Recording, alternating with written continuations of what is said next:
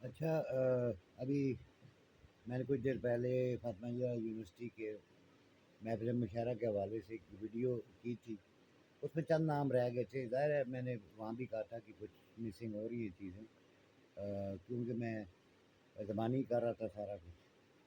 تو اس میں ایک بہت نمایاں نام جو مجھ سے غلطی سے رہ گیا، اور میں سمجھتا ہوں کہ اس وقت راولپنڈی اسلام آباد میں دو تین بڑے ناموں کے بعد، یعنی جیسے علیم قریشی ہیں، جیسے طارق نعیم ہے، جلیل علی ہے، اور کافی. تو عماد اظہر ایک ایسا نام ہے جو جن کی ابھی حال ہی میں کتاب آئی ہے. یقین کریں کہ بہت مختلف، بہت اعلیٰ، رواں غزل کہنے والا. اس کی اپنی ایک ڈکشن ہے اور بہترین کرافٹ ہے، اور پھر جو ان کے مصروں میں ربط ہے وہ بڑا اعلیٰ ہے. اور وہ بقول اختر عثمان کے مصروں کے درمیان میں جو ایک چیز ہوتی ہے وہ بھی موجود ہے، یعنی آپ کو سوچنے پہ مجبور کرتا ہے. اور پھر ان پہ خاص کرم ہے، توفیقات ہیں ان کے اوپر کہ وہ اہل بیت کے عاشق ہیں. تو وہ بھی شامل ہیں اس میں پروگرام میں جو مشاعرہ ہو رہا ہے فاطمہ جناح یونیورسٹی میں.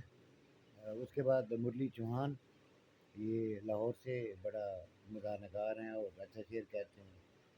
اور ایک اور ہمارے دوست کرنل خالد مصطفیٰ، وہ خصوصی طور پہ شامل اس مشاعرے میں، اور ان کے بہت ساری ہمارے لیے خدمات بھی ہیں. تو بہرحال ایک یادگار مشاعرہ ہوگا ان شاء اللہ تعالیٰ. ایسے پیارے پیارے لوگ آ رہے ہیں، اور یقیناً ایک خوبصورت محفل ہوگی. اور اس کو ہمارے ساتھ P T V as a media partner, اور وہ اس کو ریکارڈ کر رہے ہیں، نیوز والے بھی اور دوسرے بھی. آج ہی میری میٹنگز ہوئی. اور اس کے ساتھ ساتھ نیشنل بک فاؤنڈیشن کے جو ہمارے بہت پیارے دوست ہیں جنہوں نے ابھی چارج لیا ایم ڈی کا، ڈاکٹر کامران جہانگیر، وہ تمام شعراء کے لیے گفٹ بھیج رہے ہیں کتابوں کے. ظاہر ہے نیشنل بک فاؤنڈیشن کتابوں کا. تو یہ بڑا اہم تقریب ہے ان شاء اللہ تعالیٰ، اور یادگار رہے گی ان شاء اللہ تعالیٰ.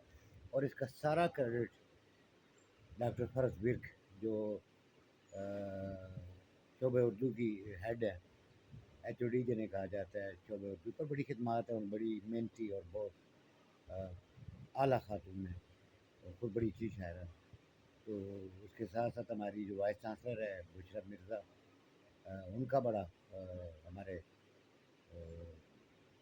اس تقریب کے پیچھے بڑا ان کا کنٹریبیوشن ہے، ان کی محبت ہے. اور ان شاء اللہ تعالیٰ یہ ایک یادگار مشاعرہ